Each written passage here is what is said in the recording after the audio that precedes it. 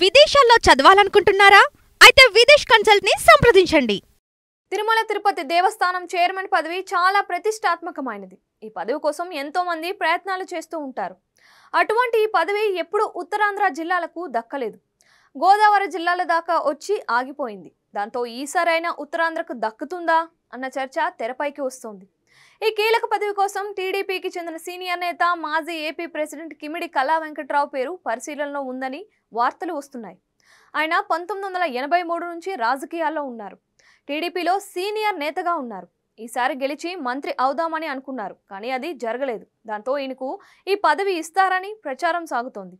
BC కాపు నేతగా ఉన్న కళకు ఈ పదవిని ఇవ్వడం ద్వారా ఉత్తరాంధ్రలో మరింత పట్టు సాధించవచ్చని, రానున్న కాలంలో విజయనగరం జిల్లా రాజకీయాల్లో కూడా టీడీపీ మరింత పటిష్టం అవుతుందని ఆ పార్టీ పెద్దలు భావిస్తున్నారంట.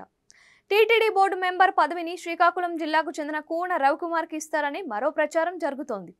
ఆయన కూడా మంత్రి పదవిని ఆశించారు. బలమైన బీసీ నేతగా ఉన్నారు.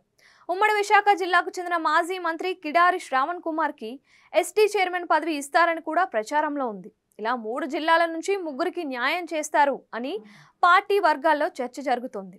ఒకవేళ ఈ ప్రచారమే నిజమైతే ఉత్తరాంధ్ర తమ్ముళ్ల పంట పండినట్లే. కీలక పదవులు ఇప్పటికే కొన్ని ఉత్తరాంధ్రకు దక్కాయి.